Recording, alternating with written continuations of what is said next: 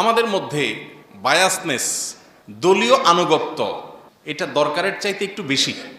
এটা সব দলের ক্ষেত্রে প্রযোজ্য। দেশে আমাদের অস্থিমজ্জা, আমাদের মনমস্তিষ্কে, আমাদের চিন্তাধারায় এই জিনিসটা কেন জানি খুব স্টাবলিশড হয়ে গেছে, পাকাপোক্ত হয়ে গেছে। আমরা যার ভক্ত হই একটু বেশিই হই, আর যার বিরুদ্ধে লাগি তারও গোষ্ঠী উদ্ধার করি। এই বায়াসনেসটা অত্যন্ত ভয়ঙ্কর বিষয়। এটার ফলে মানুষ কি করে? আল্লাহর ভয় ভুলে গিয়ে, আল্লাহর কাছে জবাবদিহিতার বোধ এটাকে ভুলে গিয়ে দলীয় আনুগত্যের প্রয়োজনে বা সেটার ভিত্তিতে দেখা যায় অনেক অনাচার, অনেক জুলুম, অনেক বিশৃঙ্খলার সাথে আমরা জড়িয়ে যাই।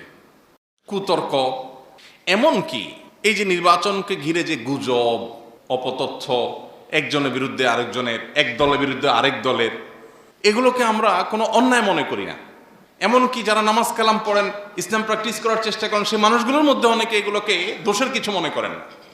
এই জন্য ভাই, আমার কোনো দলের প্রতি কোনো আনুগত্যের কারণে আমি যেন কোনো জুলুম, কোনো সহিংসতা, কোনো অন্যায়ের শামিল না হই।